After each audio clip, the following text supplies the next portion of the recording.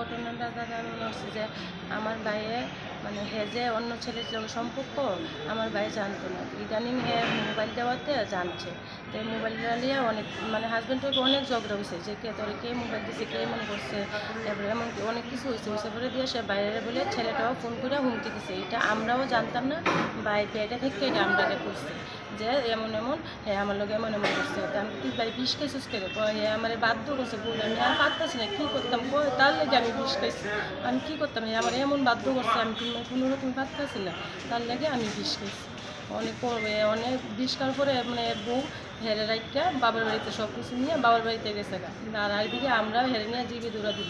এরপরে হে মারা গেছে পরেও এর বউরও খবর দেওয়া হয়েছে, হের বউ এখন পর্যন্ত কোনো খবর নাই, বউ না করে দিচ্ছে। এই যে কইলেন আপনি যে আপনার ভাইয়ের বউরে একটা মোবাইল দেওয়া হয়েছে, কে দিছে মোবাইল? মোবাইলের একটা ছেলে বলে দিছে, বাইরে দিছে, একটা ছেলে দিছে, ছেলের সঙ্গে বলে বাইরে